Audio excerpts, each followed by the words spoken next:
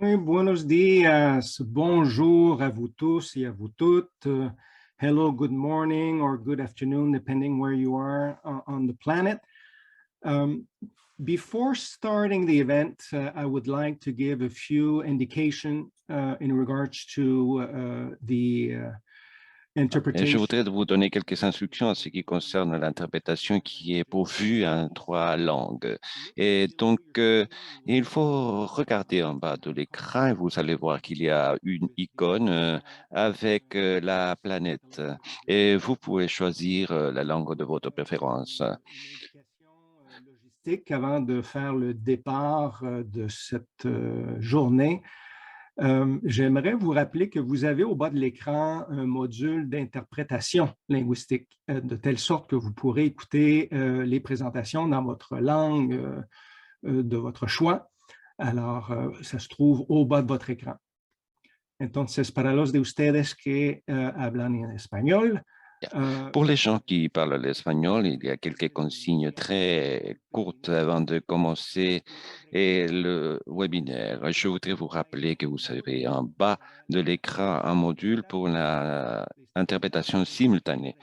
De cette façon, vous pouvez choisir la langue de votre préférence et le service d'interprète.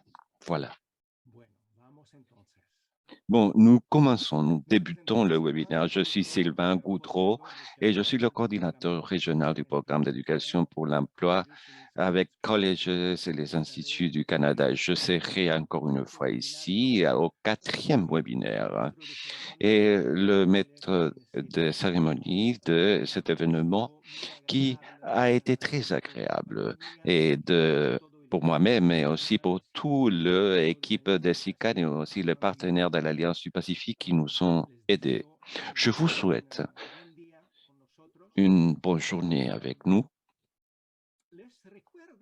Et je vous rappelle qu'aujourd'hui, du 6 novembre, est un jour très important pour clôturer notre forum de durabilité environnementale et depuis 2002, l'Organisation des Nations Unies pour l'éducation, la science et la culture, ou connue par le sigle UNESCO, a prononcé ce jour, le jour d'aujourd'hui, comme la journée mondiale de la philosophie. Un mot grec qui veut dire l'amour pour la sagesse. L'étude de la nature et le comportement correct et incorrect. Dans d'autres mots, et la philosophie nous fournit les bases conceptuelles des principes et des valeurs dont la paix mondiale est tributaire, la démocratie, les droits humains, la justice, l'égalité, ainsi que la durabilité environnementale, bien sûr, qui nous intéresse aujourd'hui depuis les 4 dernières semaines. Donc, ça tombe comme une bague autour du doigt de terminer notre processus d'exploration et de dialogue dans ces 4 webinaires. Je vous rappelle qu'avec le service d'interprète, nous devons parler donc plus doucement pour que les interprètes puissent faire leur travail et nous bénéficier avec la qualité de leur travail.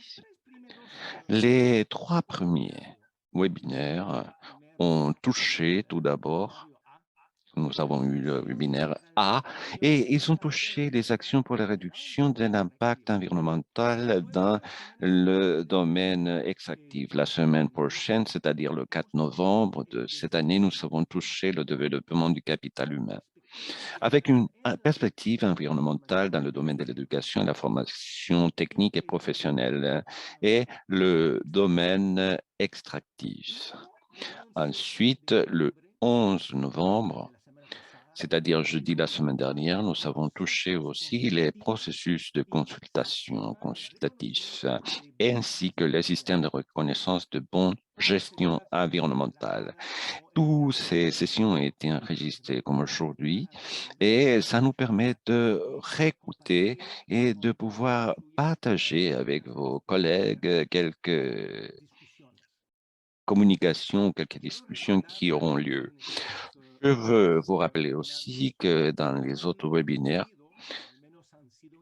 vous avez été invité à remplir une enquête de satisfaction et si vous ne l'avez pas encore fait, prière de le faire maintenant.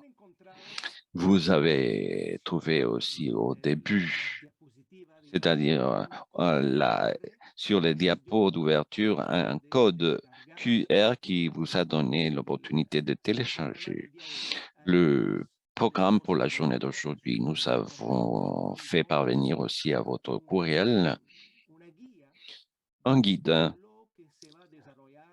de ce que nous allons développer et la manière dont nous allons procéder. Aujourd'hui, ce sera différent à ce que nous avons déjà fait dans les webinaires précédents.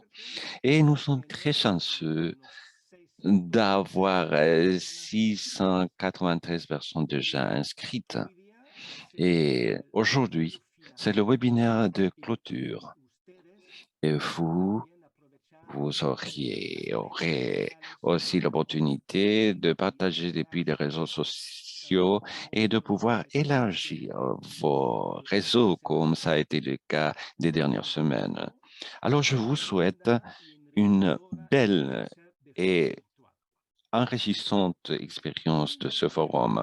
Alors, tout de suite, j'ai le privilège de vous présenter la première autorité politique pour l'ouverture de notre 4e et dernier webinaire. Je parle de Madame Maria Carolina Schmidt-Saldívar, qui est ministre de l'Environnement du Chili et l'objectif dans le ministère est clair. La seule façon d'arriver à un développement qui soit véritablement durable, c'est d'incorporer, d'intégrer le soin et le respect pour l'environnement. Madame la ministre était présidente aussi de la COP 25 et dans ce rôle est leader l'élan du programme international d'action climatique. Entre les priorités de son travail et l'approbation du projet de loi qui crée le service de biodiversité et des zones protégées auprès du Sénat du Chili et aussi le plan national de protection des régions humides de 2018 à 2022. Madame la ministre, vous avez la parole et vous avez une grande bienvenue.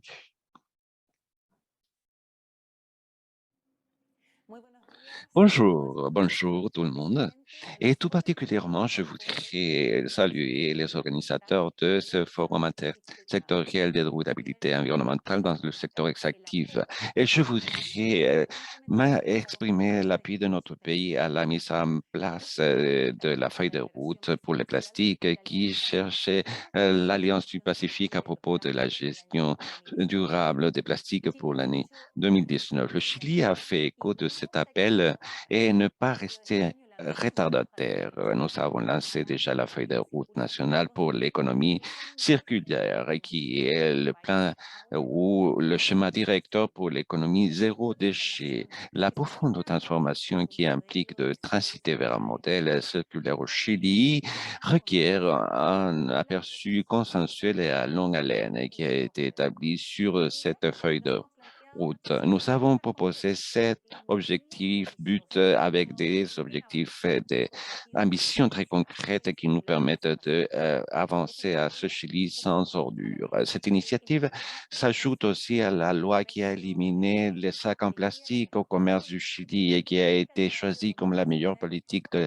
l'année 2019 par les citoyens, ainsi que la nouvelle loi qui régule et interdit l'utilisation des plastiques à un seul usage au Chili et qui va rentrer en vigueur en février l'année 2022. Par la mise en place de la loi responsable des producteurs, nous avons établi une nouvelle façon de recyclage pour le Chili et on oblige l'extrait domiciliaire de tous les objets susceptibles de recyclage, ce qui va multiplier par 5 le recyclage de tous ces emballages. Dans cette matière, le secteur privé est clé et conjointement, nous avons conçu un ensemble de mesures. Tout d'abord, l'éco-étiquette pour les emballages qui disent est choisi de recycler et ça informe de façon très claire à propos de la caractéristique de recyclage de différents emballages. Nous avons plus de 1300 produits de consommation massive qui ont été certifiés et on avance vers le système obligatoire. Nous avons aussi un accord pour les plastiques. Le troisième pacte des plastiques sera lancé en 2019 au monde et on a établi des objectifs volontaires pour les entreprises leaders dans le pays de façon à ce qu'en 2025, de 5% des emballages plastiques au Chili soient recyclables, réutilisables ou susceptibles de à en faire le compost. Voilà les actions que nous sommes en train de mener à bien pour avancer vers le Chili circulaire. C'est une action à longue haleine et sans doute, ça va nous permettre en tant que pays d'avancer vers le développement véritablement durable. Je vous souhaite d'avoir une très bonne journée et que ces idées soient des entrants pour la discussion qui sera tenue aujourd'hui. Je pense aussi que c'est une inspiration pour que le travail de chacun d'entre vous puisse se faire pour et matérialiser, concrétiser cette transformation vers l'économie circulaire dans le monde. Merci beaucoup. Bon, cher ministre Schmidt, merci beaucoup de vos mots d'ouverture pour le dynamisme et cette vue intersectorielle que vous avez montré de nous donner le support à tout ce que nous sommes en train de faire aujourd'hui. Merci beaucoup encore une fois pour votre participation aujourd'hui. Bon, aujourd'hui, nous avons 11 panélistes qui retournent avec nous pour 2 sessions de travail en sous-groupe. Tout d'abord, nous avons des thèmes et après par pays. Et tout ça pour avoir un travail de qualité. Nous avons eu besoin de réduire le nombre de participants à vous seulement. Et les autres personnes ont été invitées à se connecter par notre plénière, par le live feed de YouTube. Et aujourd'hui, à l'heure actuelle, nous sommes en train de diffuser cette émission. Bon, nous saluons vous tous et nous vous remercions de votre intérêt, de votre engagement. Nous parlons maintenant de la première session de travail en sous-groupe qui a été appelée des travaux thématiques et nous souhaitons que cet espace de discussion devienne un espace de construction collective sur la base des intrants, des communications et aussi sur la base de l'expérience de chacun des participants. Aujourd'hui, nous sommes 48 et ça va nous permettre d'avoir une interaction à haute qualité ainsi qu'un rapprochement. L'objectif principal de cette session, c'est d'enrichir le dialogue et de permettre un échange entre les personnes des différents pays participants de cette alliance du Pacifique et du Canada. Les objectifs pour cette première session sous-groupe thématique sont de susciter un accès plus personnalisé aux panélistes et aux experts, ainsi que de créer un espace de conversation, de discussion à propos des défis de mise en place. Les thèmes qui ont été abordés et par rapport à une réalité concrète et propre de chaque participant avec la contribution des panélistes et des experts. Plusieurs fois, on a écouté des experts dans des conférences et on voit que tout est beau. Tout ce qui est exposé est très beau.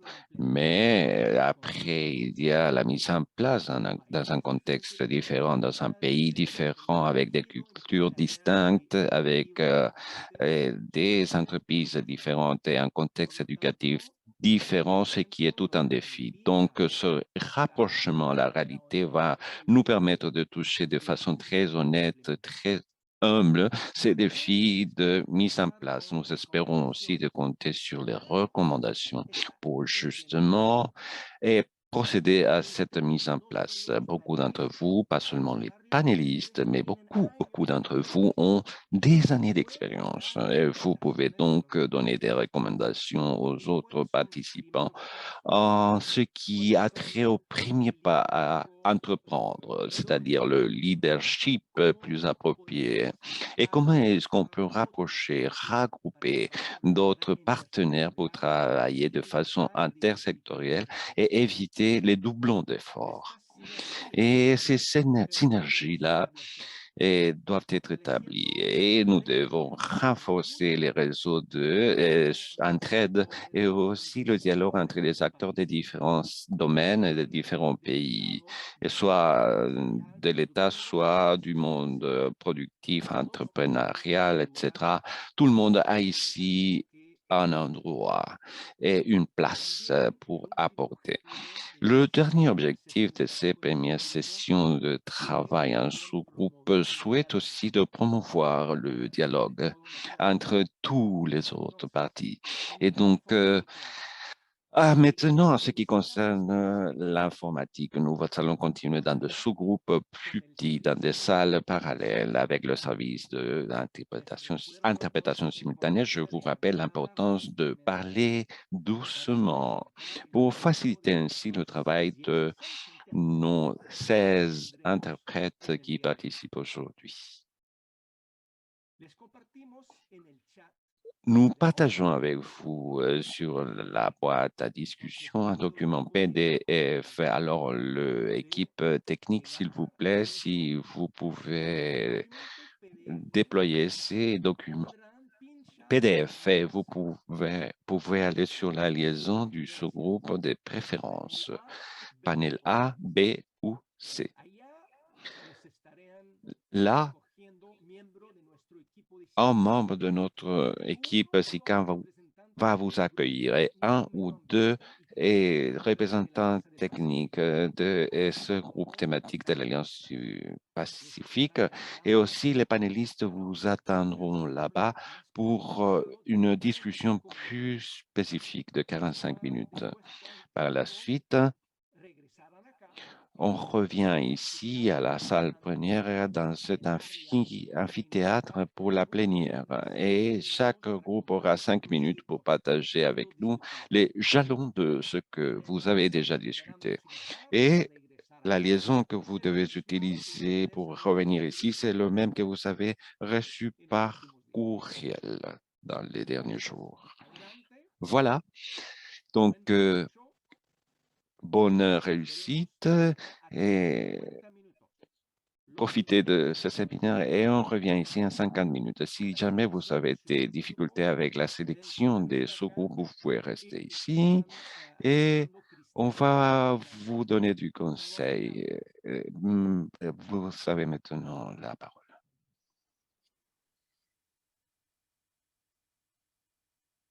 Luis se fue. Ok. Está Miguel. Está ¿Está? listo Miguel también. Ah, perfecto. Sí, Muy sí, bien. todos listos. Ok, entonces Gracias. estamos a 55 personas de vuelta. Perfecto. Entonces nos lanzamos, ¿de acuerdo? Vamos con la plenaria. Perfecto. Ok. Entonces, bienvenido. Bon, alors, bienvenue de retour dans cet amphithéâtre si grand où nous sommes de retour maintenant. C'est comme l'école. Il y a plusieurs salles de classe virtuelles et nous sommes ici maintenant. Et je comprends que ça fait partie aussi de ce processus d'apprentissage de l'éducation tout au long du cycle de la vie pour apprendre ces technologies et pouvoir nous déplacer d'un endroit à un autre. Je vous félicite pour le respect du temps et pour cette discussion si fructifère. Aussi la bonne discussion des panélistes, des communications plutôt, les facilitateurs et les rapporteurs. On va donner maintenant à chaque sous-groupe 5 minutes pour pouvoir partager les fruits de ce que vous avez constaté, de ce que vous avez partagé. Et je vous invite toujours à penser que si vous avez fait partie d'un groupe différent, peut-être vous avez un intérêt pour un ou un autre groupe. Il faut bien prendre note des synergies qui sont possibles là-dedans, c'est-à-dire les différents intérêts des personnes, soit des panélistes, soit des experts des autres pays. Si vous entendez qu'il y a un pays, qu'il y a un partenaire qui exprime un intérêt majeur, il faut en prendre note pour que dans la suivante session de travail par sous-groupe, ces panélistes pourraient rester dans leur pays s'ils veulent, ou aller dans un autre pays, dans une autre session de pays, où il y a des partenaires qui s'intéressent à leurs bonnes pratiques ou à l'expérience qui a été déjà partagée dans les webinaires. Alors, il est très important ce rôle du rapporteur de partager et de pouvoir avoir une influence dans l'étape suivante. Et je voudrais maintenant mixer et commencer avec Luis Ledesma du ministère de l'Environnement du Pérou. Il a été rapporteur pour le groupe B.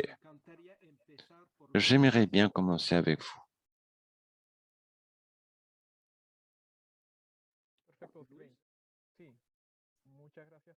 Merci beaucoup de m'avoir donné la parole. Je voudrais remercier les organisateurs et les participants pour l'intérêt exprimé de participer ici à la dernière session du forum. Je vais partager ici quelques remarques de ce sous-groupe thématique B à propos du développement du capital humain avec une perspective environnementale. Je ne sais pas si vous voulez plutôt que je partage le format. Comme tu voudras. Tu voudras, Adnan. Senens, pardon.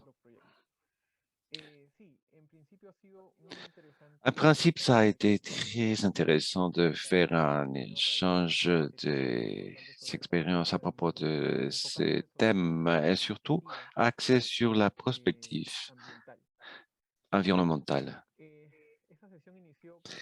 Cette session a débuté par une expérience canadienne à propos de cet échange constant.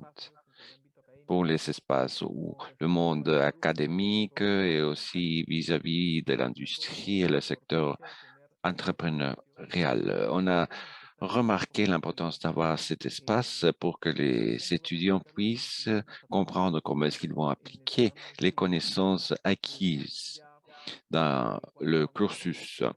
Une fois qu'ils commenceront à travailler et à appliquer ces connaissances dans l'industrie ou la gestion publique. Un élément qui a été mis en valeur ici, c'est qu'il faut avoir des réunions périodiques tous les trimestres avec les étudiants, les représentants des étudiants et aussi l'industrie et les représentants du gouvernement pour développer des syllabus qui soient en ligne avec les nécessités qui ont été identifiées par l'industrie et le secteur public. Après, nous avons souligné l'importance de créer au sein des institutions et surtout chez les fonctionnaires et les décideurs des perspectives d'égalité hommes-femmes et aussi les soins de l'environnement. On a dit que ce point est très complexe parce que des fois, il faut changer la mentalité quand quelqu'un a déjà suivi une formation.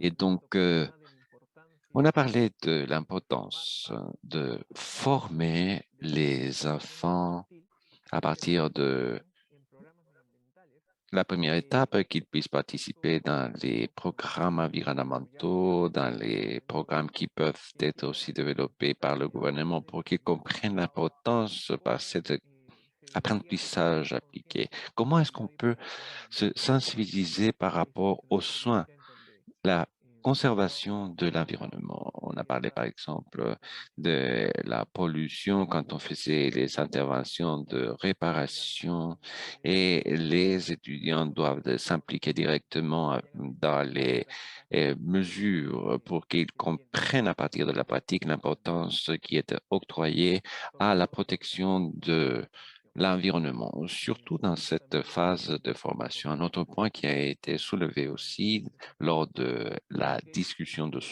sous-groupe, c'est qu'il faut changer aussi le paradigme de la formation qui est axé sur un point spécifique parce qu'il faut développer aussi des personnes en développement qui doit avoir une perspective humaniste pour avoir une vision de citoyenneté globale au-delà des connaissances qui sont acquises.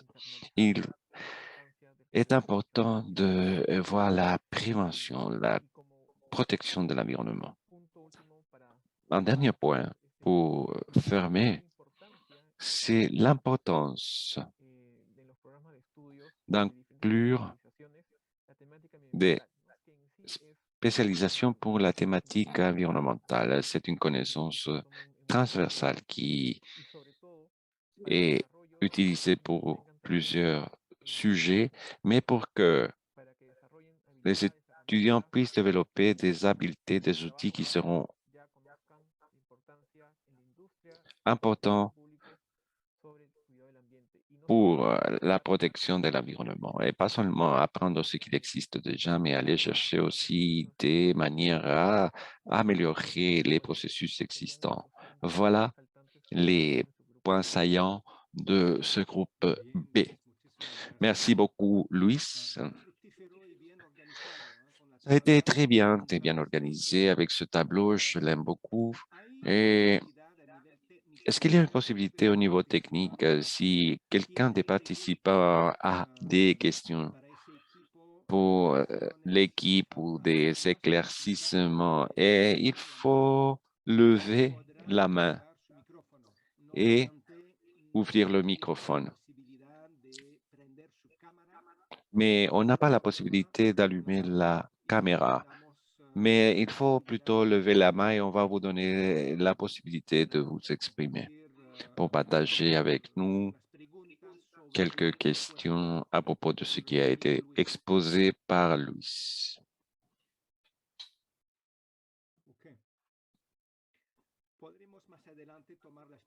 Ensuite, on va accueillir les questions. On va continuer avec ce groupe et avec notre cher rapporteur, M. Miguel Pérez du ministère de l'Environnement de la Colombie, qui est avec nous maintenant et qui a pris des notes. Et il a observé la conversation du groupe A. Miguel.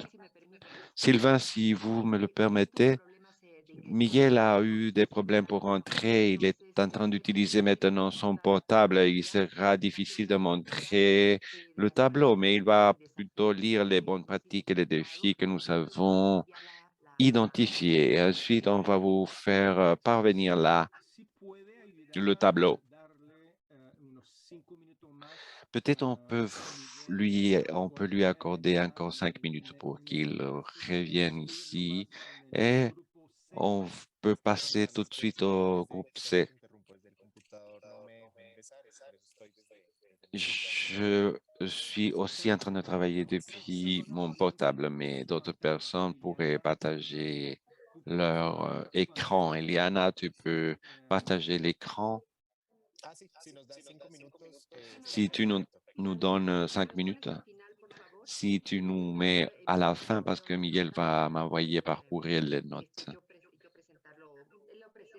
pour les afficher. Lui, il fait la communication et moi, j'affiche les données. Bon, et le document était aussi un SharePoint dans le nuage et il faut voir la façon la plus simple d'y avoir accès. Bon, et vous avez donc 5 minutes et nous revenons au groupe C, qui est le groupe de Vicente Montoya avec le rapporteur Moisés Hernández du Mexique. Merci beaucoup, Sylvain. Bonjour tout le monde. Et au nom du groupe, du sous-groupe C, nous nous sommes occupés des thèmes processus consultatifs et les systèmes de reconnaissance de bonne gestion environnementale. La discussion que nous avons eue nous a permis de soulever quelques idées que je vais souligner ensuite dans la réponse que je donne. Dans ce cas-ci, Sylvain, je ne sais pas si je dois projeter aussi le tableau comme Luis Ledesma du Pérou l'a fait lui aussi. Oui, c'est à volonté. Si tu veux, tu peux partager l'écran. Si tu penses que ça ne s'avère pas utile, on peut omettre ce pas. Bon, je vais continuer à vive voix parce que j'ai une rédaction ici de préparer les facteurs fondamentaux pour la réussite de la mise en place durable de processus de consultatif et les systèmes de reconnaissance de bonne gestion environnementale doivent inclure une vision de pays à niveau macro, ce qui permet de travailler sur des actions concrètes avec le secteur privé et avec les différents paliers de l'État. Parmi les défis auxquels on fait face à partir de la société civile en ayant cette vision de pays à niveau macro, on voit la coordination des secteurs des entreprises, les changements des technologies, intégrer aussi les universités, les gouvernements locaux et les secteurs productifs locaux, comme par exemple des organisations des pêcheurs. Comme société civile, il faut avoir un souhait d'avancer vite, avoir des espaces de confiance pour pouvoir faire face aux défis locaux comme la pauvreté, l'exclusion et tout ça dans le cadre d'une économie circulaire. Bon, en ce qui concerne maintenant le rapport entre le gouvernement et la communauté aborigène, il faut y accorder du temps pour travailler de façon coordonnée avec les associations aborigènes locales et s'assurer qu'ils ont aussi l'opportunité d'apporter à la politique et aussi le rôle des institutions gouvernementales est fondamentale pour la réussite des programmes. Dans l'expérience canadienne, ils ont déjà 15 ans de recul. Ils ont travaillé avec les communautés autochtones. Et ensuite, pour faire le lien, il faut faire le pont avec les entreprises d'exploitation minière, avec les communautés locales, avec une approche de paysage, c'est-à-dire il faut inclure l'environnement. Ça inclut aussi la population locale et il faut que les entreprises d'exploitation minière puissent investir dans des technologies plus propres et bonnes pratiques comme le recyclage de l'eau dans les processus productifs. Parmi les défis que ça comporte, il y a arriver à ce que la société comprenne qu'il faut mettre en action les mesures et parce que les entreprises oublient le suivi qu'il faut faire. Les entreprises doivent avoir un système de suivi environnemental dans le cas qu'il y ait une atteinte de leurs activités. Et des fois, on oublie l'environnement pour mettre l'accent sur ce qui est urgent, c'est-à-dire la production. En vertu des ressources qui sont exigées, moins d'entreprises ont un système de surveillance environnementale pour faire le suivi des activités. L'échange des expériences avec d'autres unités minières est nécessaire parce que pas toutes les entreprises se communiquent, dialoguent entre elles. Et ça peut se traduire par des résultats négatifs face à des catastrophes environnementales. Comme point final, l'exploitation minière, cette filière n'est pas isolée. Les synergies peuvent se donner entre les sociétés, les entreprises et aussi inclure des sociétés productives d'autres filières. Merci beaucoup. Merci beaucoup, Moïse.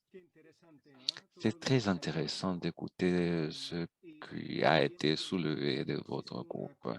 Et tu as fait une vue d'ensemble et tu as mis en relief les points de vue, les pratiques d'intérêt avec les différents acteurs et où les partenaires sont situés. Il y a aussi la reconnaissance de la bonne pratique environnementale qui avait été déjà approfondie dans un projet préalable de SICAN au Pérou pour rapprocher le ministère de l'Éducation et de l'Environnement pour créer une normative de saut vert pour la reconnaissance de l'excellence dans ces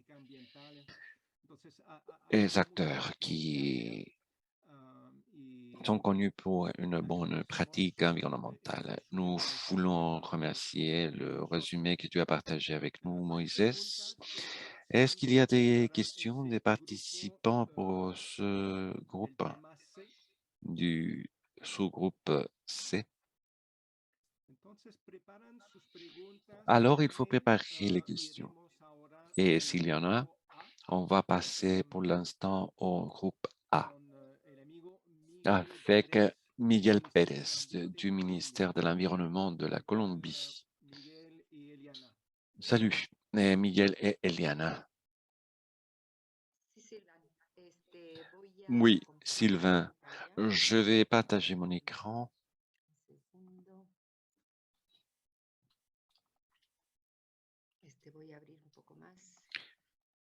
Et je vais ouvrir cela.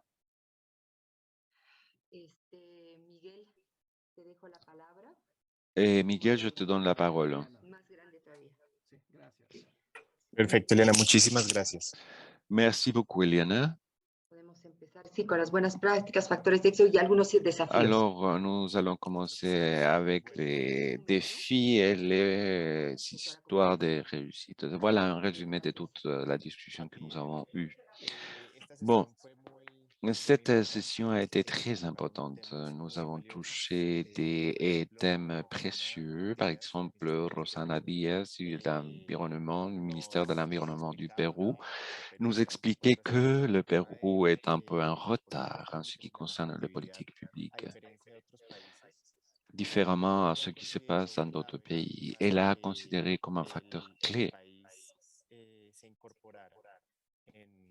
pour que le pays puisse s'incorporer dans la politique publique et avoir de l'accès à l'information scientifique. Ils ont envoyé un représentant du ministère à l'Assemblée des Nations Unies où il a eu de l'accès à l'information et avoir aussi pu de poids scientifique par rapport à la formulation, l'élaboration de la politique. Et je pense que ça a été un jalon important. Mon camarade Carlos Jaire Ramírez a exposé et expliqué que nous sommes un des pays pionniers dans l'élaboration d'une politique circulaire à niveau national. Et il a exprimé aussi qu'il est clé de pouvoir atteindre les territoires. Mais il est clé aussi de considérer le thème multisectoriel, c'est-à-dire siéger avec les différents acteurs qui sont impliqués dans l'élaboration de la politique et aussi la mise en place de cette politique publique. Le cas de la Colombie est très précieux parce que nous nous sommes réunis avec l'Académie, des instituts de recherche, des représentants publics et aussi des représentants régionaux. Et ce thème de la sectorialité est très important pour nous. Et nous avons ici cette idée de la nature multisectorielle qui a été évoquée pendant toute la session même. Jorge Sambuesa du Chili nous dit qu'il a eu des réunions et aussi des comités privés avec les entreprises pour chercher des solutions concrètes et ils ont rajouté aussi d'autres acteurs qui seraient impliqués. De sa part, Pierre Cartier a parlé de l'importance de mobiliser des acteurs, mais aussi le rôle important de l'éducation et la mobilisation de la société civile. Maintenant, reprenons la communication de Carlos du ministère avec l'exemple de l'économie circulaire. Il est très important d'avoir une bonne communication vers la citoyenneté à propos de toutes ces politiques et la culture citoyenne. Rodrigo Murillo du Mexique nous parlait qu'il y a des acteurs qui offrent une certaine résistance. Et c'est très important pour les gens qui ont un rôle dans les politiques publiques doivent être des interlocuteurs et il est très important à considérer l'activité économique, mais la réconcilier avec la protection de l'environnement. Et plutôt que de devenir un régulateur, il faut avoir un rôle de médiation, pas seulement de sanctions. Pour ce faire, il disait aussi que il est très important d'avoir des formations ou des coopérations au niveau technique. Par exemple, avec le Chili, qui a plusieurs experts dans le domaine de l'exploitation minière. Finalement, Jonathan nous a parlé qu'il y a aussi un système de gestion des plastiques dans l'Alliance des plastiques et il y a une feuille de route à ce propos. Il est très important que le pays sache que les scénarios comme l'Alliance du Pacifique ont déjà une feuille de route et des éléments techniques auxquels il faut prêter l'attention. Voilà le point saillant de cette session. Ensuite, il y a les facteurs pour la réussite et le système systémique très important. Il faut incorporer les acteurs du marché, les secteurs coopératifs, par exemple par l'intervention de l'Oxana. Elle a dit qu'il faut parler de ce modèle circulaire inclusif pour inclure les populations vulnérables dans les solutions environnementales. Mon collègue du ministère a parlé de tout ça aussi. Et cela est très courant aujourd'hui. Il y a des paiements pour les services environnementaux et c'est clé pour la communication vers la culture citoyenne. Il ne faut pas appliquer une politique unique, mais il faut montrer qu'il y a une panoplie de dispositifs pour mettre en place cette politique. Il est clé d'avoir une responsabilité de la part de la citoyenneté pour la mise en œuvre de n'importe quelle politique. En ce qui concerne le défi, il faut avancer de façon intégrale vers la protection vis-à-vis du changement climatique. Et ce thème implique tous les acteurs. Jorge mettait l'accent sur les plastiques, qui est un problème pas seulement économique, mais un problème de santé publique. Il est clé que les scénarios qui seront proposés par la société civile et les entrepreneurs, il faut considérer des actions concrètes qui puissent avoir une diminution des déchets, aussi des impacts environnementaux négatifs. Voilà les principales idées que nous avons soulevées. Merci beaucoup, Miguel. Merci beaucoup de ce résumé. Et je vous rappelle, tout le monde, que ces tableaux que nous voyons ici comme résumé des discussions vont nourrir notre rapport de ce forum. Et tout ça sera amélioré après ce webinaire et ils feront partie d'un rapport plus approfondi auquel vous aurez accès, bien sûr. Bon, nous allons continuer avec le travail en sous-groupe. On va garder les questions pour la fin et ensuite pour la session plénière. Alors, maintenant, dans la deuxième session, c'est géographique, une session géographique par des pays. Et les objectifs, c'est d'identifier les bonnes pratiques ou les bonnes politiques qui ont plus d'intérêt, qui suscitent plus d'intérêt ou de la pertinence pour chaque pays, compte tenu des priorités de la gestion du gouvernement central ou l'administration du ministère lui-même ou des instituts, parce que quelques participants aujourd'hui présents ici sont des instituts d'enseignement supérieur. Après tout ce qu'on a vu et entendu, il est souhaitable de prendre quelques temps dans le sous-groupe qui suit pour voir ce qui sont les priorités pour un pays et voir s'il y a des possibilités de synergie et d'appui mutuel, entraide à l'intérieur d'un pays. Et le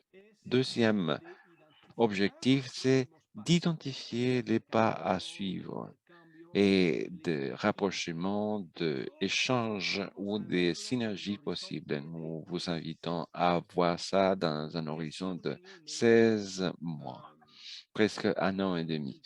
Et dans ce temps, on va pouvoir travailler après le forum pour avoir un groupe de travail qui est encouragé par la SICAN avec le temps qui nous reste, qui finit au mois de mars 2023. Le troisième objectif est de promouvoir le dialogue et la collaboration parmi les pays. Et si lors de la plénière, il sera intéressant d'écouter les autres pays et peut-être de pouvoir constater qu'il y a des priorités similaires ou des possibilités d'entraide. Donc, maintenant, je demande à l'équipe technique de partager le PDF où vous aurez les liaisons pour les sous-groupes des pays. Et on va établir un temps plus court maintenant. Au lieu de travailler pendant 45 minutes, nous vous invitons à réduire le temps à 35 minutes de travail. 35 minutes de travail et vous pouvez voir la montre parce que je ne vais pas vous indiquer le temps parce que ça dépend d'où vous êtes. Il y a des différents fuseaux horaires à prendre en compte. Voilà le temps.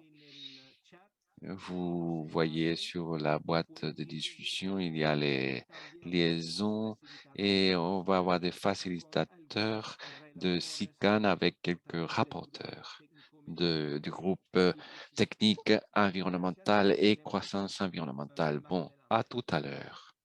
Merci.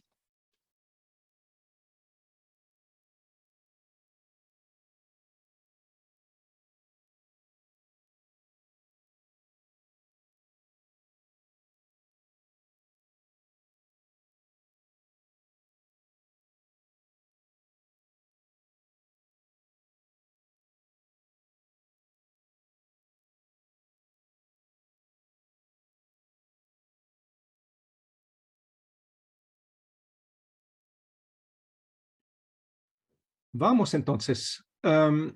Mira, bienvenidos de vuelta. Bienvenue à cette plénière, à cette deuxième réunion plénière pour partager avec vous ce que nous avons discuté et ce que nous avons pu identifier comme priorité dans chacun des pays.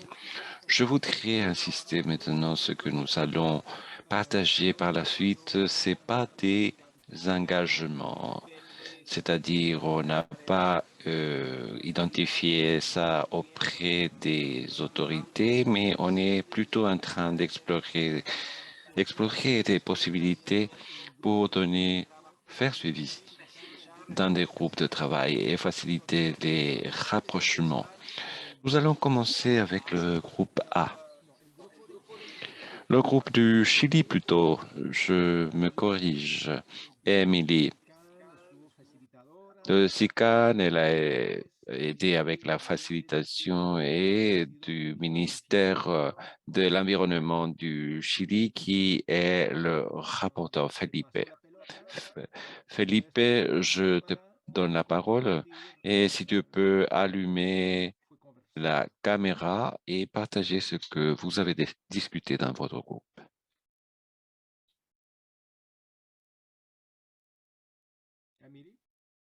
Émilie, Felipe, est-ce que Felipe est là? Vous m'entendez? Il est là. Merci beaucoup, Sylvain. Bonjour.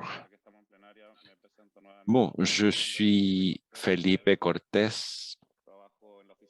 et je travaille dans le bureau des affaires étrangères du ministère de l'Environnement et j'ai pris note de tous les apports des participants dans le sous-groupe du Chili.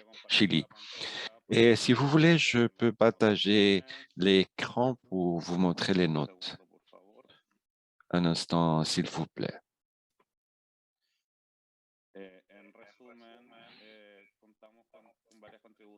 En résumé, nous avons les apports des différents services publics au Chili. Excuse-moi, Felipe. Si tu peux faire un zoom pour pouvoir lire ce que tu nous affiches là. Merci. J'espère que vous pouvez bien voir ça. Bon, en résumé, nous avons discuté à propos des différents thèmes. Il y a eu des interventions par rapport à incorporer le thème de l'environnement et les accords de libre-échange que le Chili a en cours de négociation et aussi l'intégration et la participation du pays dans différents forums multilatéraux, hein, parmi eux l'Alliance du Pacifique. On a parlé d'un forum de coopération Asie-Pacifique qui va comprendre des différents thèmes et inclut l'environnement et qui aura la participation du gouvernement du Canada. Il existe une vision de collaboration et de mettre en place un aperçu transversal vis-à-vis de l'environnement et faciliter la participation du pays auprès des différents forums. C'est un thème prioritaire et pertinent pour nous étant donné qu'il y a une collaboration et l'établissement de cet aperçu transversal de la politique environnementale et la représentation du pays auprès des différents forums, comme je disais, et les compétences environnementales. Deuxièmement, nous avons parlé de l'établissement de ces comités multisectoriels qui sont constitués par le ministère des Affaires étrangères du Chili, la participation des différents services publics et la société civile aussi, pour avoir comme ça un aperçu équilibré. Et pour les accords qui sont en cours de négociation, nous avons souligné les comités de pêche pour développer une mission pour la gestion des déchets sous-marins. Nous avons vu la politique publique. Il faut créer des données, de l'information et aussi la coopération internationale.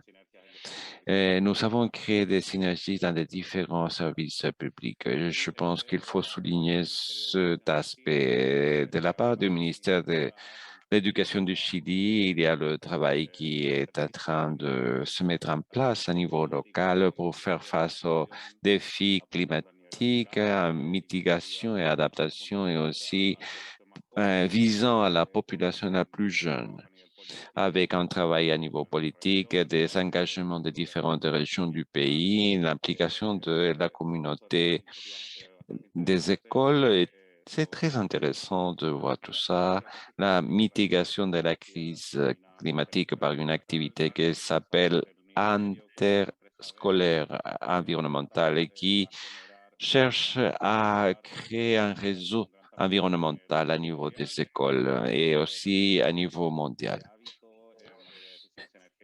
pour changer les habitudes en matière d'utilisation de l'énergie dans les foyers et pour des incitations pour les personnes qui auront la meilleure performance. On a parlé aussi des programmes des ambassadeurs environnementaux et c'est pour sensibiliser les camarades. Et c'est tout très relevant, pertinent pour la politique à niveau national pour et changer les comportements et avoir aussi une amélioration de la performance et des synergies par ce partenariat public-privé. Nous avons parlé de tout ça pendant notre activité. Je voudrais remercier tout le monde pour les apports. Moi, j'ai parlé un petit peu à propos des politiques publiques que le ministère de l'Environnement est en train de mettre en place, particulièrement par rapport au plastique et aussi la responsabilité étendue du producteur pour les produits de base, aussi l'interdiction d'utiliser des sacs en plastique dans le commerce, la régulation des plastiques à un seul usage et aussi nous avons parlé de la nouvelle initiative internationale que nous espérons mettre en place en 2023 pour les accords à niveau international pour l'utilisation des plastiques. Nous avons appuyé tout ça par le ministère des Affaires étrangères. Alors, j'espère avoir couvert toutes les contributions qui ont été faites lors de cette discussion. Merci beaucoup, Felipe. Et tu l'as fait ponctuellement, exactement en 5 minutes. Merci beaucoup. Et maintenant, nous passons au groupe de la Colombie avec Miguel Pérez du ministère de l'Environnement de la Colombie, qui a été aussi appuyé par Eliana Gallardo qui est de Sicaña. Miguel, vous avez la parole.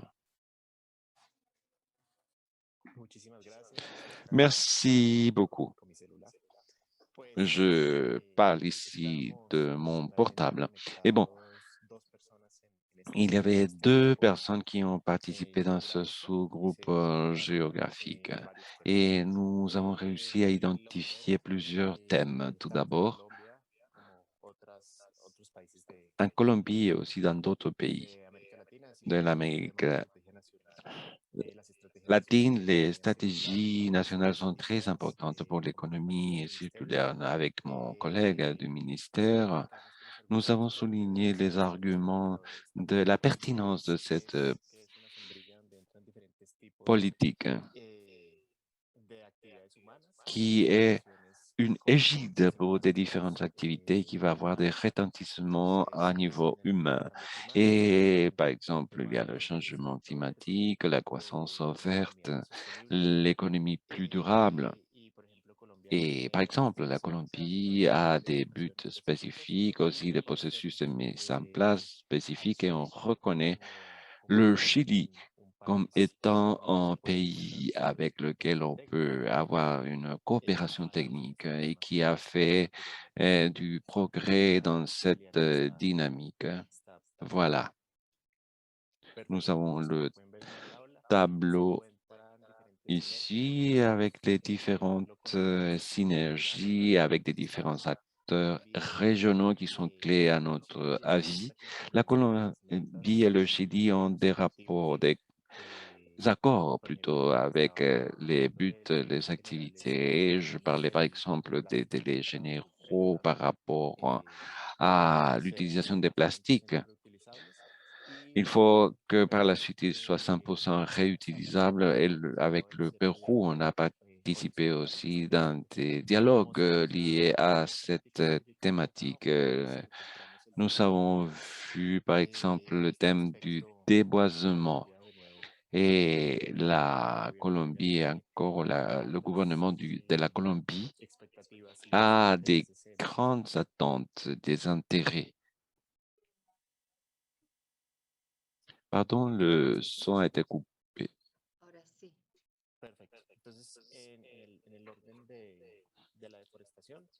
En ce qui concerne la déforestation, la Colombie a des grands intérêts et on a mis l'accent pour mettre fin à la déforestation en Amazonie. Nous avons souligné aussi une stratégie nationale face au déboisement et aussi par la mise en place d'un système satellitaire de surveillance pour éviter l'exploitation illégale dans les zones touchées par la déforestation. Nous avons souligné aussi que c'est une stratégie précieuse parce qu'elle est complémentaire avec la conservation des forêts et le thème climatique. Voilà les pratiques principales que nous avons reconnues. Et troisièmement, il y a la loi de prohibition des plastiques au Pérou. Il y a déjà des progrès qui ont été faits dans cette optique. Merci. Excuse-moi, Miguel, je pensais que c'était toi qui allais partager. C'est pour ça que je suis resté là en suspens. Merci, Miguel et Adriana, pour ce résumé. Et maintenant, on passe au sous-groupe du Mexique qui a été facilité par Brigitte de notre équipe avec Moïse.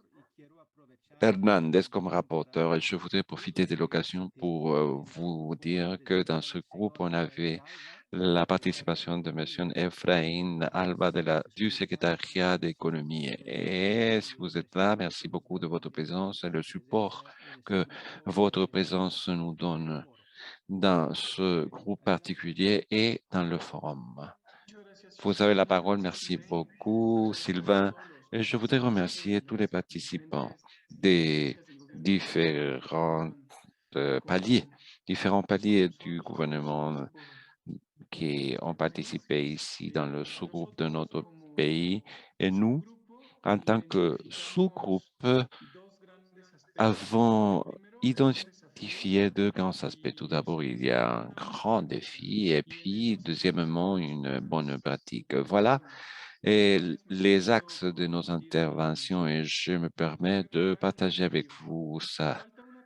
Et tout d'abord, le défi, il nous manque une culture qui vise à l'environnement. Les activités réalisées par les ingénieurs et d'autres professionnels qui sont liés à l'exploitation minière ont un impact social énorme. Le domaine éducatif est très important pour le développement durable et les participants ont coïncidé à ce qu'il faut renforcer ce qui est fait aujourd'hui par rapport à la culture environnementale dans les universités, tout particulièrement en ce qui concerne l'éducation duale et l'éducation durable. Le travail vert est très important et il faut inclure la vision de campus vert et le soin de l'eau. La culture doit commencer des niveaux de base de l'éducation pour comprendre le concept de durabilité qui va favoriser aussi des avances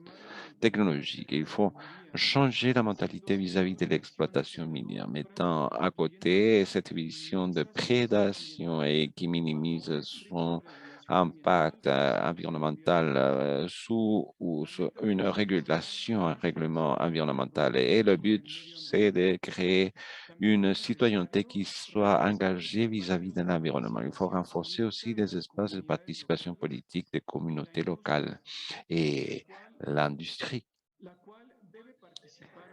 qui, elle, doit participer dans le thème de la recherche appliquée, conçue comme une activité qui doit englober le secteur de l'éducation, l'entreprise, etc., où le Canada est, est un leader. Maintenant, si on passe aux bonnes pratiques qui ont été identifiées dans le sous-groupe du Mexique, je voudrais évoquer que la certification environnementale qui est exercée par Profepa est un grand instrument pour démontrer qu'une société minière respecte les standards environnementaux.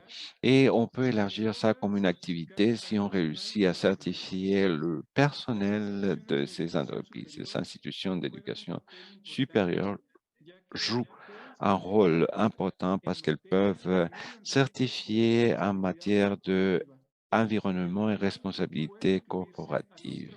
Et on peut y inclure les travailleurs de l'industrie d'exploitation minière et les étudiants. Il est important d'enseigner les entreprises comment respecter pleinement les ODD. Et cela, en même temps, va faciliter les interactions avec les autres entreprises et les autres organisations qui auront des bonnes pratiques à niveau international. De ma part, c'est tout et merci beaucoup. Bon, très bien et merci beaucoup, Moïse. Maintenant, c'est le dernier sous-groupe géographique du Pérou qui a été facilité par Vicente Montoya, qui fait partie de l'équipe de CICAD, et accompagné de Luis Ledesma du ministère de l'Environnement du Pérou. Luis, tu as la parole. Vas-y. Sergio plutôt va être le rapporteur de notre groupe.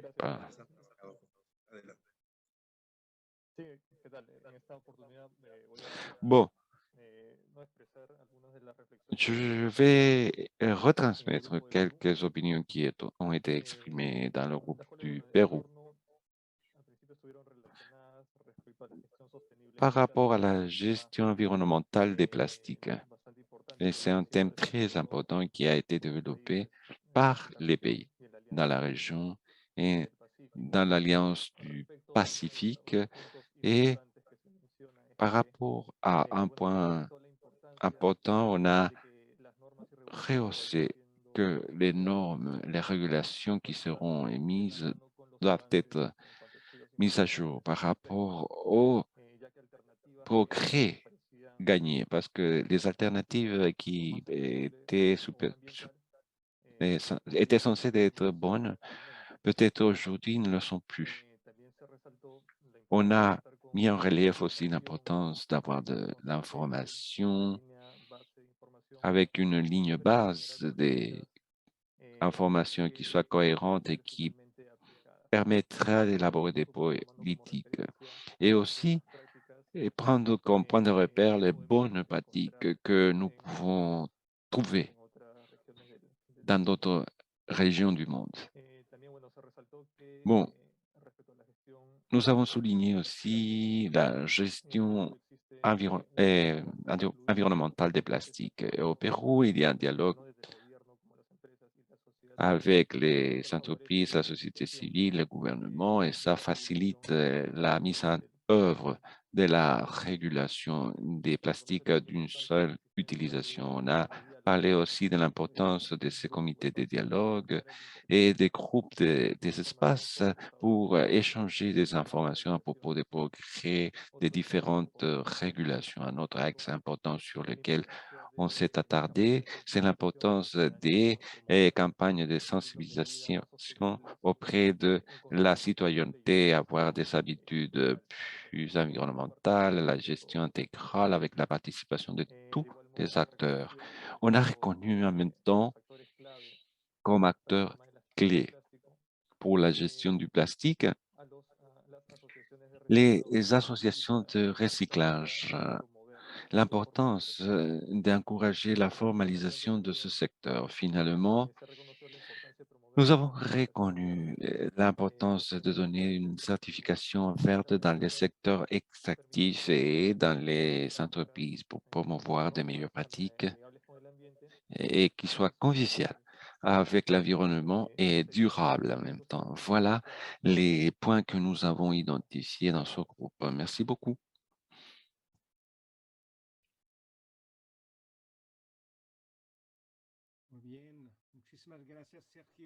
Très bien et merci beaucoup, Sergio. C'est comme cela que nous avons fait le tour des 4 pays. Alors, merci beaucoup et l'enregistrement va nous faciliter la complémentation de ces notes qui ont été prises et aussi les résumés. Et la personne qui est maintenant dans l'ordre du jour et qui va rédiger ce rapport. J'invite maintenant notre cher conseiller expert environnemental et il fait partie de l'équipe de SICAL, Monsieur Israël Avila. Et je l'invite à partager ses visions et les conclusions avec toutes les webinaires, c'est-à-dire l'ensemble des webinaires qui ont été offerts. Bonjour, bonjour tout le monde. Good morning, everyone. Bonjour tout le monde. Creo que mi voz no suena tan bien en Je francés, así que pense voy a que ma continuar voix n'est pas très bonne en français, alors je vais continuer en espagnol. Il y a eu des journées de travail très intenses dans ces 4 séminaires qui ont fait partie de ces forums dans le domaine extractif et pour la formation technique et professionnelle. Comme nous avons constaté dans l'exécution de ce forum, nous avons abordé la relevance, la pertinence de ces thèmes de la formation aussi avec une perspective environnementale, les eaux publiques, la certification et aussi pour réduire les impacts impacts environnementaux. Ces espaces ont renforcé le dialogue entre tous les acteurs impliqués dans la protection de l'environnement à partir du gouvernement, les entreprises, la société civile et le domaine de l'éducation. Et comme ça, on a ouvert des voies de dialogue et de réflexion.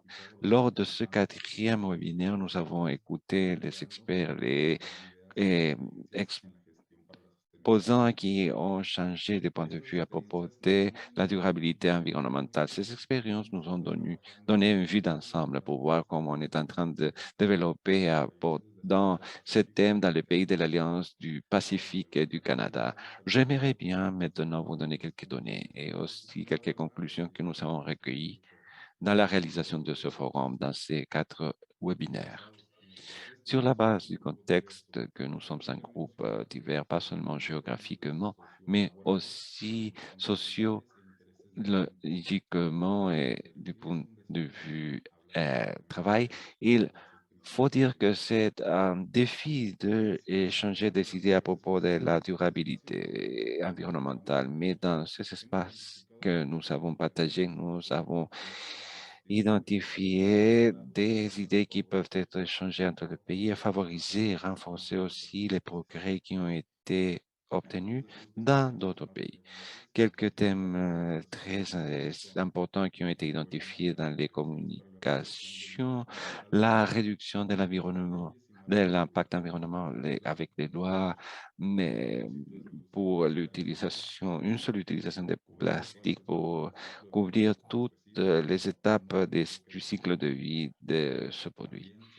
Nous avons analysé aussi des scénarios pour l'émission de carbone d'ici à 2050 et pour les secteurs impliqués avec des volontaires, des entreprises, avec des incitations pour la réduction du carbone.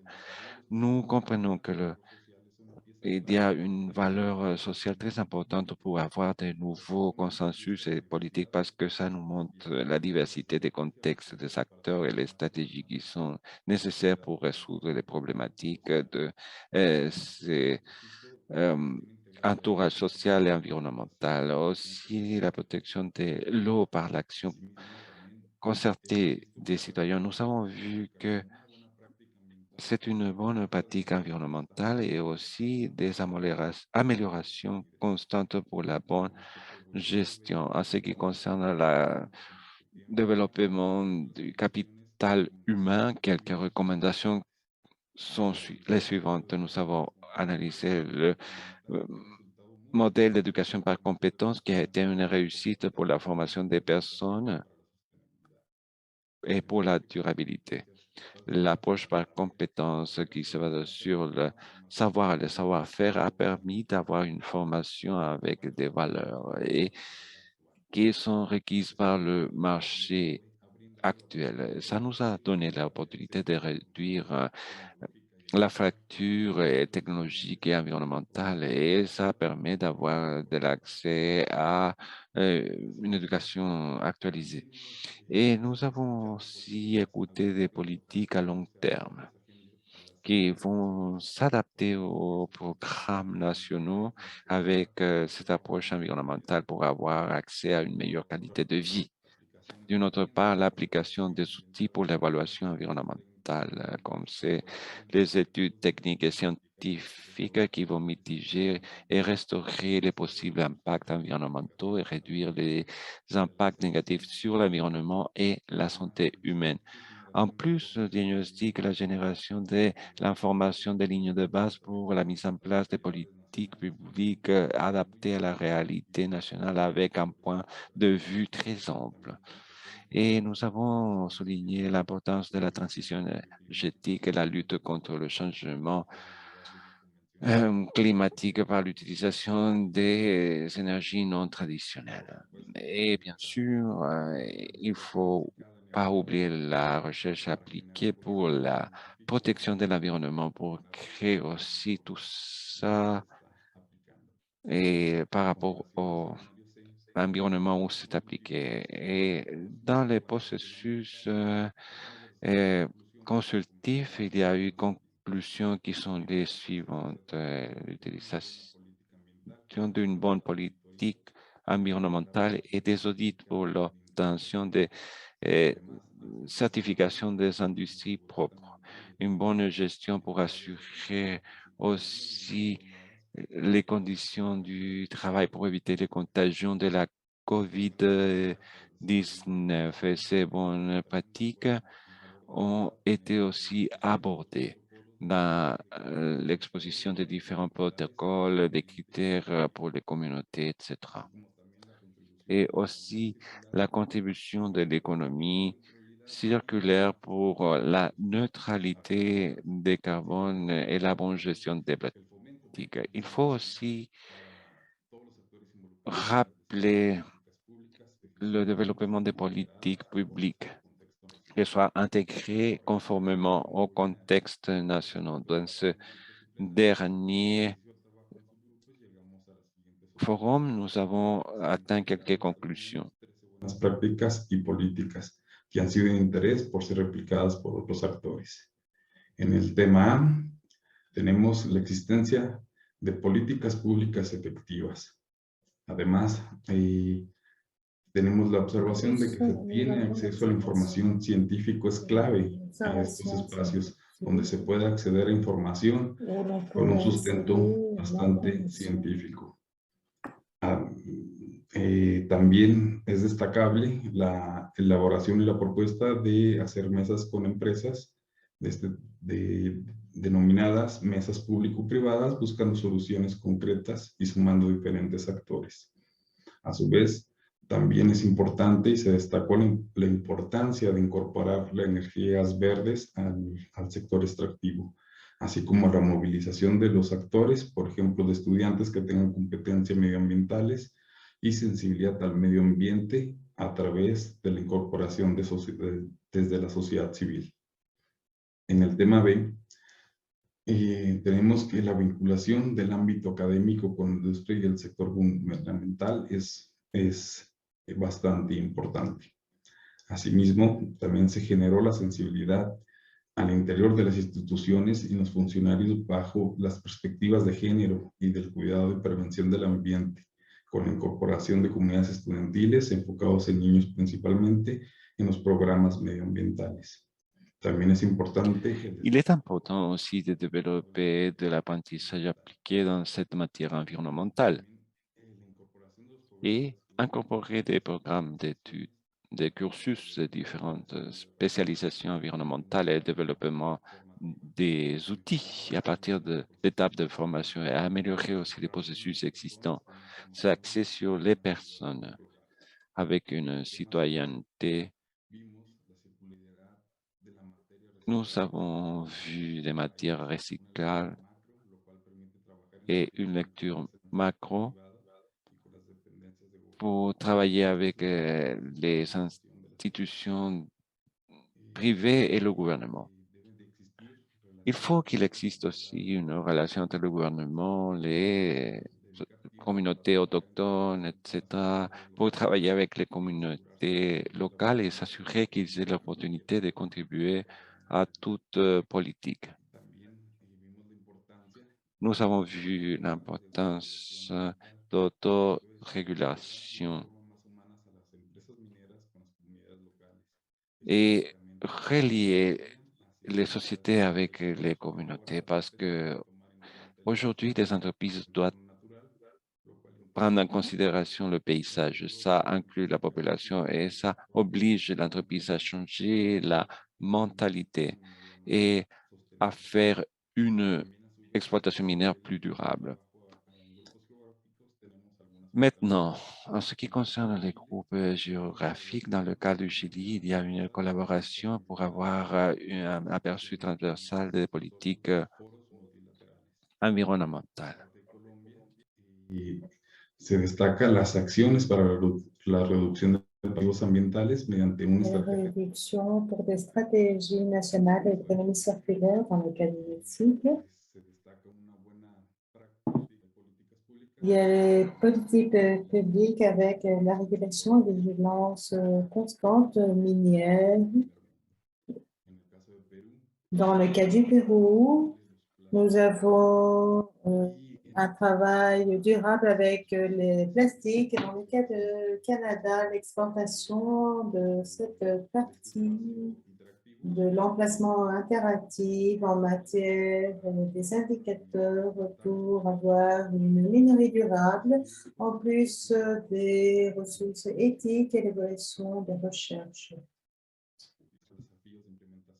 Et les défis d'implémentation pour la culture de l'environnement, le manque de tables et d'échanges de dialogue, ont pu identifier qu'une opportunité des documents de travail et de gouvernement des entreprises et sociétés civiles.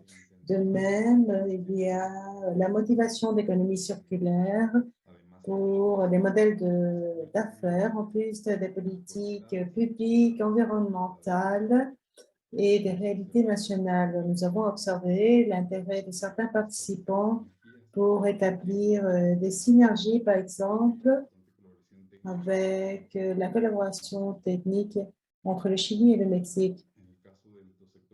Dans le cas des secteurs publics et privés, il y a la proposition de tables publiques depuis le civil, avec des entreprises comme par exemple le cas spécifique, le ministère de l'Environnement du Pérou. Voilà, entre quelques autres, ce que nous avons partagé dans le compte rendu du forum.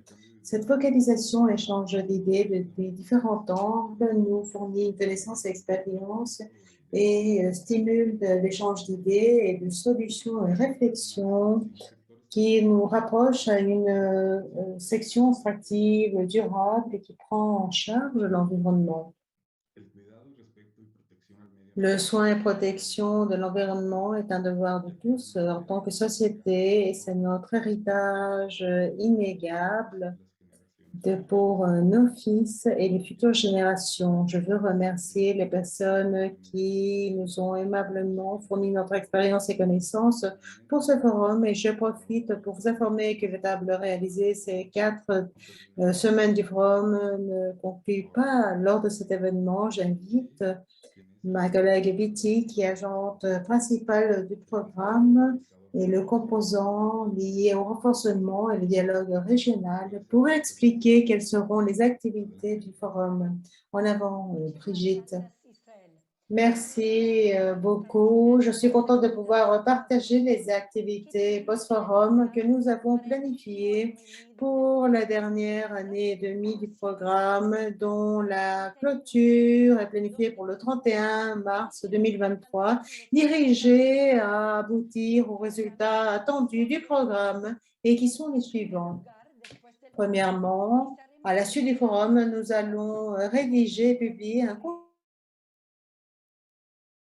processus développé qui va résumer l'expérience partagée lors des 4 webinaires du forum et qui nous permettra d'aborder plus largement les conclusions et recommandations exposées. Ce document prétend se convertir en un document d'information et diffusion de l'événement, de même qu'un outil utile pour continuer le dialogue, l'analyse et réflexion sur les sujets abordés sur le forum. Le compte-rendu sera partagé avec vous tous, mes chers panélistes et participants, et avec tous les partenaires du programme EPP. Deuxièmement, plus à l'avant, nous allons conformer des groupes de travail en durabilité environnementale au niveau national pour chacun des 4 pays de l'Alliance du Pacifique et au niveau régional, continuons la collaboration avec le groupe technique de l'environnement et croissance verte de l'Alliance du Pacifique. Pour continuer renforçant cet important sujet du programme d'éducation pour l'emploi de l'Alliance Pacifique, pour ces groupes, nous allons nous contenter par approfondir l'identification, systématisation des politiques et bonnes pratiques, les lignements et recommandations environnementales qui sont été rapportés du forum pour appuyer son implémentation. Et finalement, pour conclure, on s'attend à développer d'autres activités la dernière année du programme activités de formation pour continuer à renforcer les compétences des acteurs nationaux et l'implémentation de dites politiques et bonnes pratiques et l'alignement à travers des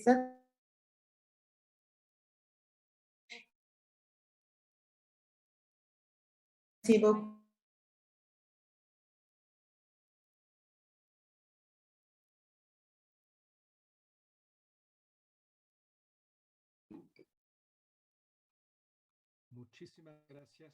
Merci beaucoup, Brigitte.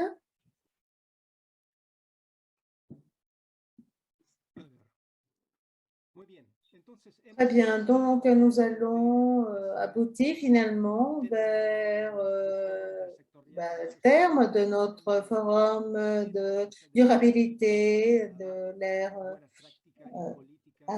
Pacifique, Alliance Pacifique dans le domaine d'extraction et formation technique. J'ai le grand plaisir de vous présenter à notre suivante autorité politique qui se connecte avec nous depuis la ville de Mexique pour les mots de clôture, non seulement du webinaire, mais également de tout notre forum annuel. Je parle du licencié Tonatio Herrera Gutiérrez, actuellement qui est à la charge de sous-secrétaire de production et normalité environnementale pour le secrétariat d'environnement et ressources environnementales du Mexique et de planification avec le fidéicommis du foment de la production minière avec des postes entre lesquels enseignants de la faculté d'économie de l'Université nationale autonome du Mexique et de la cathédrale de l'Université autonome de l'État d'Hidalgo au Mexique. Alors, cher sous-secrétaire, je vous donne la bienvenue.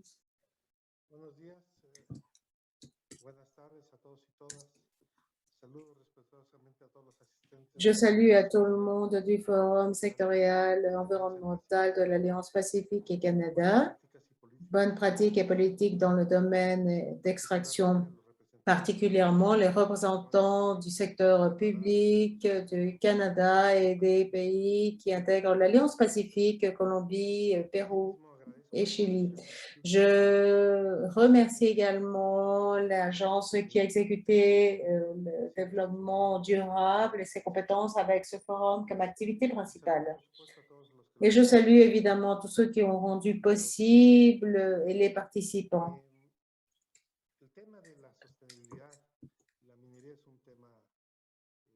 La durabilité en minerie est controversielle. Nous avons besoin de tout le système des produits miniers et tout ce qui dit relation avec la vie moderne et évidemment les transitions énergétiques. Mais de même façon, nous savons que les projets ont un grand impact au niveau local.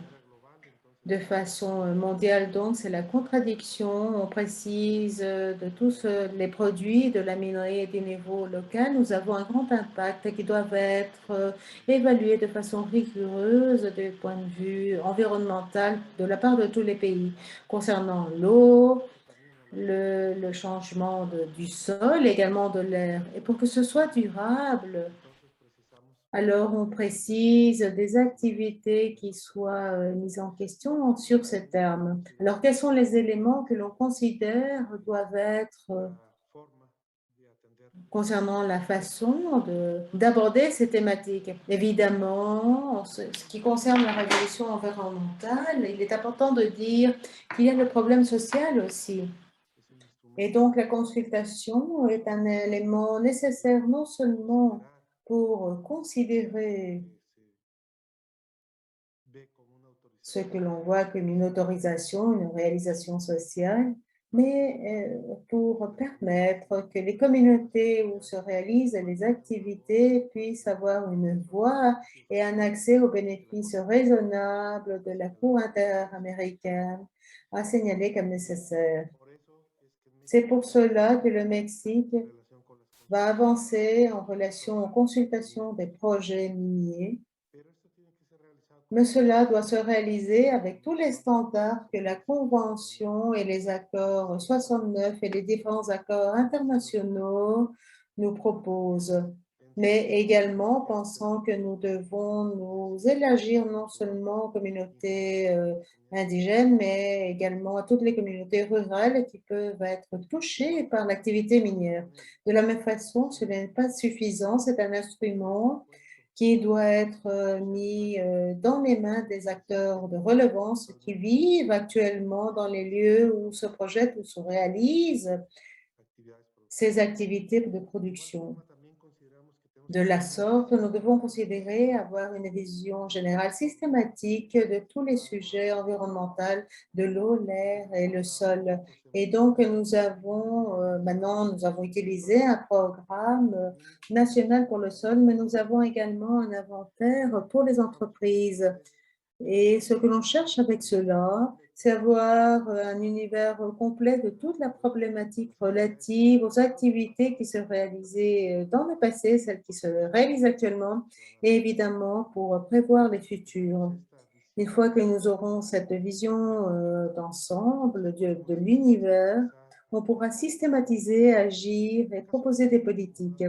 Du point de vue de l'inventaire, je vais terminer ici, c'était très important. Nous avons passé de 33 à 126 et bientôt nous aurons 400 ou près de 400 et nous avons 585 sites comme entreprise légale. Cela nous indique que nous accomplissons une des aspirations internationales que nous avons poursuivi et que l'on accomplit au niveau national. Évidemment, on va mettre du temps à implémenter une politique générale, mais nous avons passé entreprise par entreprise, rame par rame, pour avoir une responsabilité sociale qui se traduise en responsabilité individuelle de chacune des entreprises et les intégrants des différents secteurs qui sont en relation avec la stratégie d'extraction. Je félicite donc à tous ceux qui ont participé lors de ce forum et on espère qu'avec cet échange d'expériences et dialogue, nous puissions marcher vers un environnement que l'on puisse protéger et soit durable. Et pour cela, nous devons marcher tous ensemble. Merci beaucoup. Cher sous-secrétaire, merci à vous plutôt de vos paroles si importantes. J'ai adoré votre façon de voir le problème de façon systémique. Alors, au nom de Chicane, Institut du Canada et de même de la coopération canadienne et de tous les participants, et là-dessus, non seulement des 56 personnes connectées aujourd'hui, mais également des 693 personnes inscrites au forum. Je veux remercier, cher sous-secrétaire, de vos paroles et de votre appui en tant que gouvernement du Mexique à notre événement. Notre dernière autorité politique vient de Bogota. Et c'est ma compatriote canadienne pour donner les paroles de clôture en représentation du gouvernement du Canada. Monsieur Claudio Ramirez est conseiller économique et commercial à l'ambassade du Canada en Colombie et avant d'occuper son poste actuel, Claudio se développait comme directeur adjoint pour l'Amérique du Sud, dont les responsabilités incluent les pays de la Bolivie, le Chili, la Colombie, l'Équateur, le Pérou, l'Uruguay et l'Alliance du Pacifique. Précédemment, son assignation internationale l'a mené à être conseiller international économique pour le Conseil de coopération du Golfe à l'ambassade du Canada aux Émirats arabes unis, au consulat général du Canada aux États-Unis et deuxième secrétaire commercial à l'ambassade du Canada au Venezuela. Avant de s'unir au service diplomatique canadien, Claudio a eu des assignations diplomatiques avec l'Organisation mondiale de la santé au Pérou et aux États-Unis. Claudio est économiste de l'Université de Montréal. Il a une maîtrise en relations internationales de l'Université de Amsterdam et un postdegré en santé publique et droits humains de l'Université de Harvard. Cher Claudio, je te donne la bienvenue. En avant. Bonjour, je suis Claudio Ramirez et je suis le conseiller économique et commercial de l'ambassade du Canada en Colombie. Et je dois vous diriger quelques mots dans la clôture de cet atelier si important qui a été organisé par la SICAN et je le fais au nom du gouvernement du Canada et aussi de l'ambassadeur du Canada ici en Colombie. Et on a choisi la Colombie parce que c'est la Colombie qui a la présidence pro-temporaire de l'Alliance Pacifique. Et je pense que j'ai été choisi moi-même parce que je représente une amalgame de ce qui est l'Alliance du Pacifique. Je suis né au Chili. Le 28 juillet, c'est l'indépendance du Pérou au Mexique. Et le Mexique, c'est un pays que je connais très bien, mon pays favori en termes de la gastronomie et de la culture. Et nous l'avons choisi pour célébrer les 70 ans de ma mère il y a quelques semaines. Et de plus, je suis canadien et je représente donc ce fruit de tout ce qu'il y a dans l'Alliance Pacifique, le Canada et ce que nous sommes en train de bâtir conjointement. Bon, je ne vais pas m'attarder parce que je sais que c'est déjà la conclusion de 4 webinaires et un programme très concentré que vous avez abordé. Si Marco Puento a déjà parlé, je pense qu'il y a quelques points qu'il faut souligner. Tout d'abord, en suivant ce que je disais au début, le Canada est un pays des Amériques. Les Amériques n'est pas seulement un entourage que nous partageons, mais nous partageons aussi tous les défis et les attentes des pays de l'Alliance du Pacifique et les valeurs. Nous partageons des valeurs par rapport à l'égalité hommes-femmes, la durabilité, aussi l'emploi, la prospérité. Et je sais que c'est déjà la culmination des 4 webinaires et des conversations que vous avez eues avec des personnes de haut niveau et entre les 4 pays qui ont participé et les participants du Canada aussi. Et je ne vais pas répéter ce que Monsieur pour les Amériques, Mark Brown, a dit déjà dans les mots, mais je pense qu'il y a quelques points qu'il faut souligner. Tout d'abord que le Canada est définitivement un pays des Amériques. Nous partageons avec le Pérou, la Colombie, le Mexique, le même voisinage, les mêmes défis, les mêmes valeurs d'équité homme-femme, de la défense des droits humains, de la durabilité. Le Canada aussi est un des pays qui a plus d'investisseurs dans le secteur de l'exploitation minière dans ces 4 pays.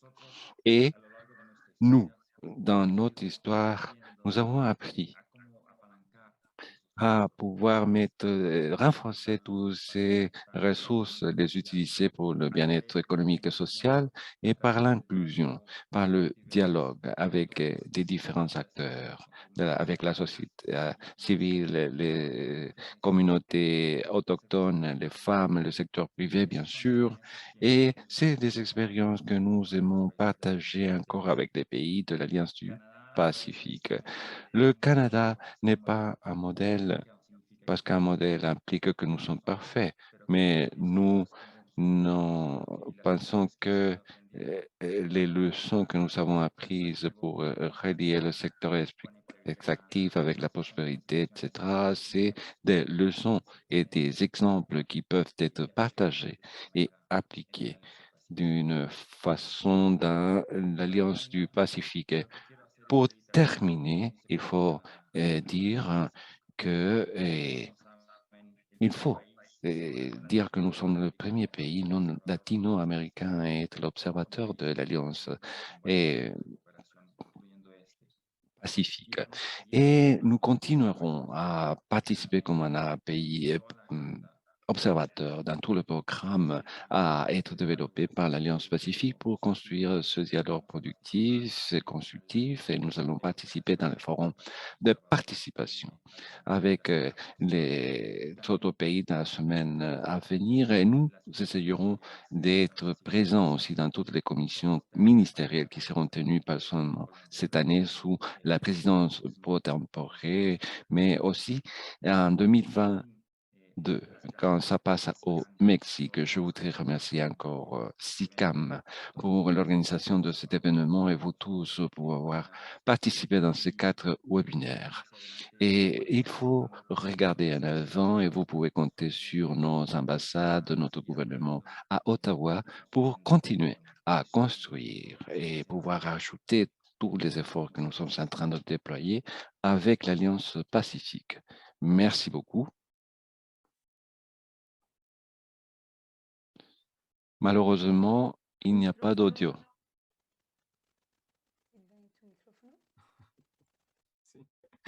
Bueno, eso Bon. debía pasar antes que se cierre el evento. Estimado Claudio, en nombre Claudio, cher Claudio, au nom de SICAN et de notre partenaire de l'Alliance du Pacifique, je voudrais remercier aussi de tes mots. Et en plus, nous voulons plutôt profiter de ta présence et remercier le gouvernement du Canada pour nous faire confiance aux 4 pays pour le bon usage de 16 millions de dollars canadiens. Et je voudrais remercier tout le monde, les participants, pour la bonne disposition de participer dans ce forum et aussi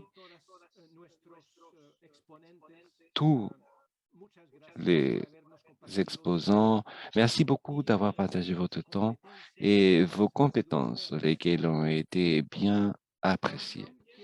Je voudrais remercier aussi les membres du comité organisateur pour la grande aide dans l'organisation lors de ce forum et aussi les coordinations régionales de l'Alliance du Pacifique dans chaque pays et le bon développement et aussi la promotion de ce forum et la collaboration comme une liaison et avec les différents ministères, les respectifs ministères et aussi mes collègues de SICAN et aussi les entreprises e-Congress, Movie Sound pour les grands efforts et dédications pour pouvoir mener à bien ce forum. Vous allez voir dans les diapositives de clôture les noms de ces personnes de haute qualité et des grandes dédications. Vous verrez aussi dans ces diapositives un code QR et lequel vous mène au sondage, c'est-à-dire l'enquête de satisfaction. Et nous vous remercions de prendre quelques minutes pour le remplir et pour nous aider à améliorer ce type d'événement pour l'année prochaine. Merci beaucoup et merci beaucoup encore une fois. Et je vous dis au revoir et je vous souhaite une bonne fin de journée. Merci beaucoup.